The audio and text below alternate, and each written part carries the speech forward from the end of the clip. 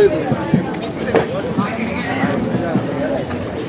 right, thank you, everybody. Yo, they don't want us to perform anymore. Should we rap or should we rap? Yeah. Dave, this is right now. I just want to smoke with you. You already said I'm not performing, so. We won't have you back next year if you don't. Yes, you will. I've been here for 5 years. Excuse me. Get off the stage. We have other people that have flown in from all over the country, yeah. Tariff records from past mass amendment. We're going to amend the state constitution to declare that corporations aren't people and money's not speech. If you think that international corporations have too much money in our democracy, get ready, because Wednesday we're releasing the forms. We'll get 90,000 signatures in 8 weeks. We've got constitutional lawyers ready. Grab a form, passmassamendment.org. Thank you.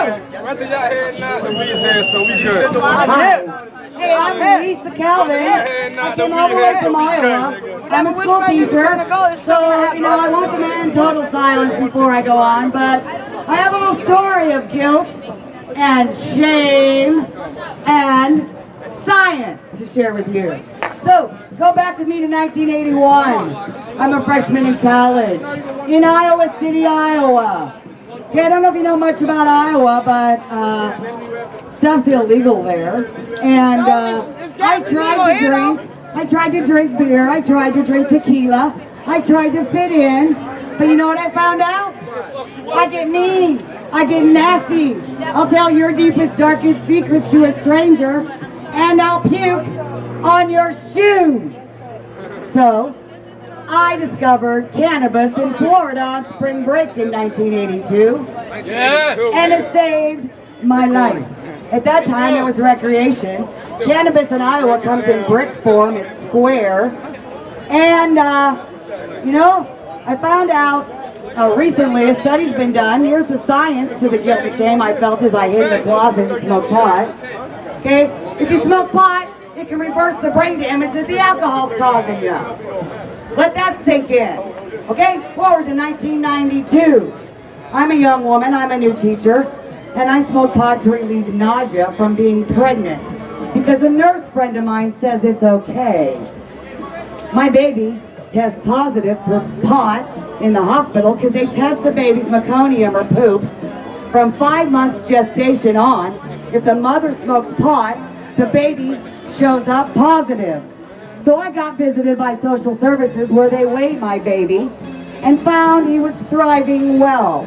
But I had guilt and shame. Today that baby would be taken away from me in Iowa. So, Dr. Melanie Dreher, meanwhile, is doing research in Jamaica showing that babies to pot mothers have better APGAR scores than to mothers who abstain. Let that sink in for a minute. That's the science that helped my guilt and shame. And by the way, I'd like to introduce you to my little pot baby, Walker. Yeah, pot baby. All right, pot baby. He's 21 now, a junior here at Emerson College in Boston, National Merit Scholar, talented musician, author, writer, great kid. So much for pot kills fucking brain cells. Yeah. All right. So now, 1995, I get divorced because my husband says that I'm smoking too much pot and I should go to the bars with him.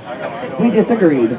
Then, the numb years ensued. The early 2000s were for depression. I was put on antidepressants, dangerous pharmaceuticals, which I rode for 15 years under a psychiatrist's care. If one didn't work, we switched the other, and it didn't matter what happened because one medicine counteracted the next.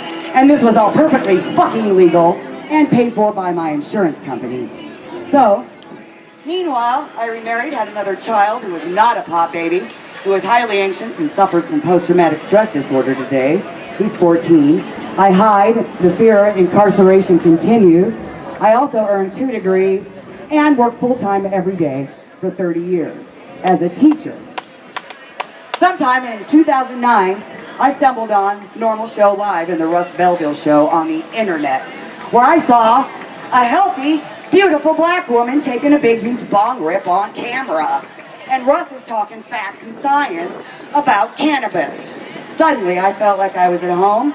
I I went off antidepressants a year ago voluntarily. I've lost over 50 pounds and I can't sleep longer than 2 hours at a time. They not only deny that the psychotropic meds caused it, but what do they want me to do to feel better?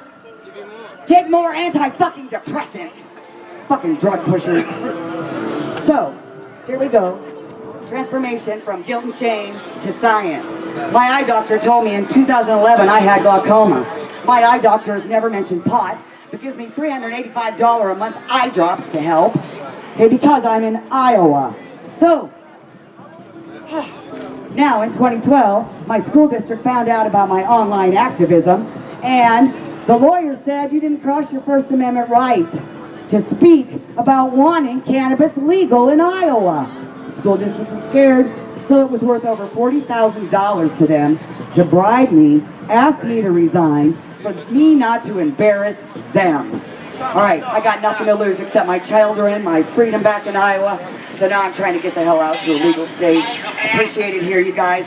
To conclude, it's not guilt and shame, it's science. Thank you, Boston.